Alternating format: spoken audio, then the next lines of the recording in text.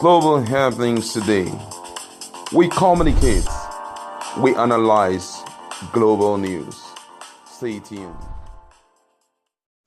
Hello, beautiful people. Welcome back to Global Happenings Today YouTube channel. We are already on countdown. Few hours to go to the inauguration, and just very few minutes really to go to the issue of appeal, or rather, Supreme Court giving their verdict over the double nomination of Shettima. Many Nigerians are getting worried. A lot of Nigerians are getting agitated. The likes of Aisha Yusufu is calling out, screaming that Nigerians must rise and do the needful. But meanwhile, it looks like more politicians, more activists, more political analysts are beginning to tell Nigerians exactly what to expect. And this time around, they're hitting it hard the way it is, being very realistic and not being optimistic. Now, we're going to find out what may likely play out in the Nigerian judiciary, especially the Supreme Court, over this whole verdict. Before we go to your newspaper, kindly subscribe to our channel. Click on the red subscribe button beside it. You see bell notification icon. Please go ahead, click on it to get notified as soon as we update our channel on YouTube. Well, human rights lawyer and former chairman of Nigeria's National Human Rights Commission, Professor Chidi Odinkalo, has said Nigerians should not expect the Election Petition Tribunal in Abuja to perform magic in its decision on election dispute resolution.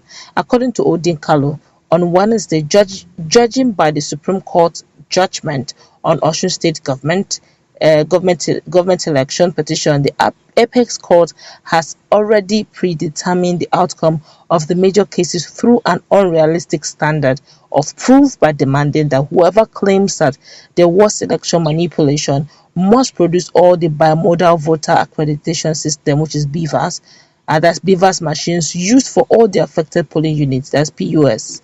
Now, he said the quality of judicial decision making in an election dispute is utterly diabolical.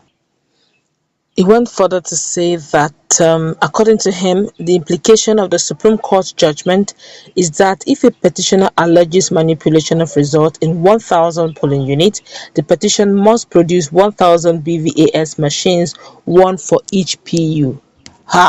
He said, and I'm quoting word for word, those expecting some form of magic from hashtag Nigerians judiciary in election dispute resolution should read this judgment in Osun State governorship case. The hashtag Supreme Court says, to prove results have been manipulated, you need to produce each BVAS machine for the affected PU, that's polling unit.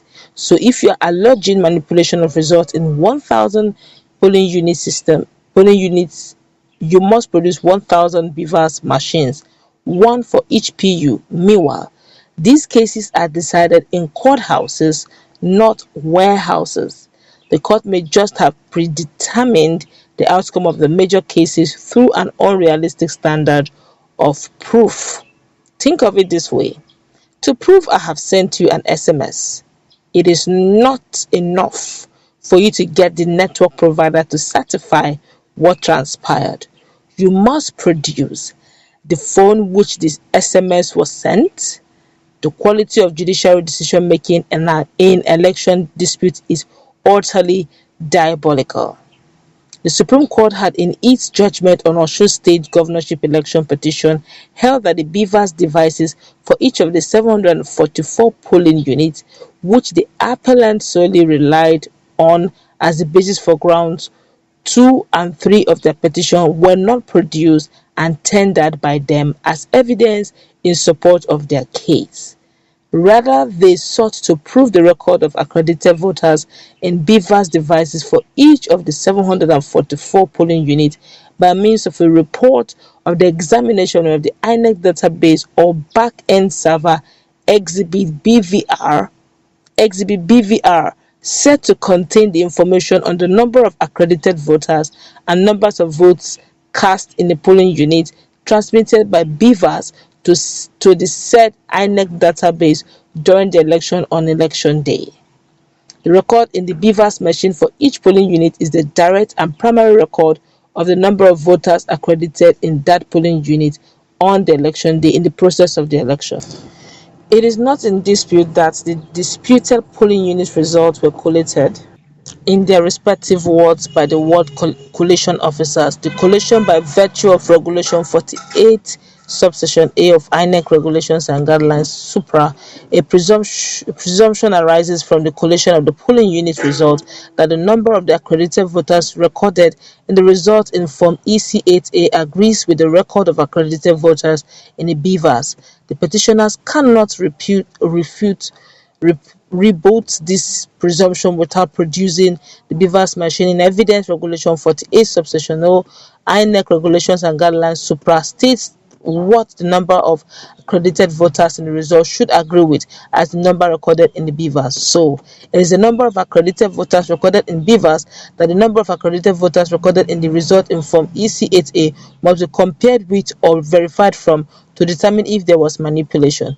Bola Tinubu, the candidate of the All Progressive Congress (APC), was declared the winner of the presidential election held on February 25th after polling 8,794,726 votes.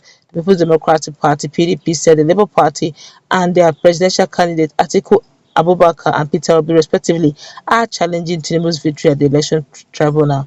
Now the truth is, we already know that whatever they did this time around was a case of making sure that the balance is equal. What I mean is that if they have done all the accreditation, all the voters, and let's say for instance it's 1,000 in the polling unit, if Peter Obi for whatever reason had like maybe 500 and the Bola Tinubu had like 300 and Atiku had like 200, whatever they are doing, it must balance that same 1,000. So there's a lot of calculation. They can even just, it's a case probably swap this for this and it will still be balanced. So if they can't this, if after getting the BVAS, if eventually they even get the BVAS and they cannot find any manipulation in the balanced level, so it's now a case of how do you prove there was a manipulation.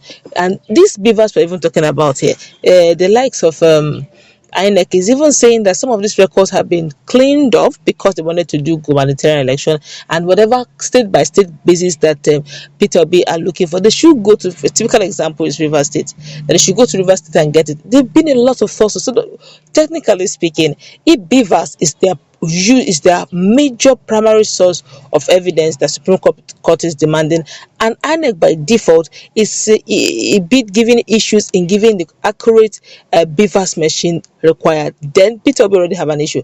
And to make matters interesting, they did say that 3 weeks is just about enough, based on the evidences they have, is enough to get their acts together and give Peter Obi the victory. But in all of this, you need BVAS machine, the RF, to prove that, based on the fact that this has been the baseline for evidence. Now, people keep saying like what he said, and I totally believe it, but I'm just trying to be realistic now. If ordinary getting INEC to give you the much required BVAS machine and digital imprints that you need, they are playing hide and seek. Bola Tinubu have not yet entered. Just imagine if Bola Tinubu enters. Who are you going to hold accountable? It's one thing for judiciary to give mandate that for INEC to release. It's another thing for INEC to release it. Because once the power is bestowed upon Bola Tinubu, sorry, I'm just being as realistic as I can think of. And not to make matters interesting, we've always seen situations in Nigeria where if a thing is so contentious, the next thing you need to see, they will just say there's been fire accident. So we may not be surprised in the nearest future if we begin to hear things like fire incidents in some part of offices that requires those documents. And if there's truly a proof that there's fire incidents, then that means those documents are off. There's nothing anybody, not even the originating umpire, can do anything about it. So we have a situation in our hands. Let's go wrap it up. Let's go to our comment section.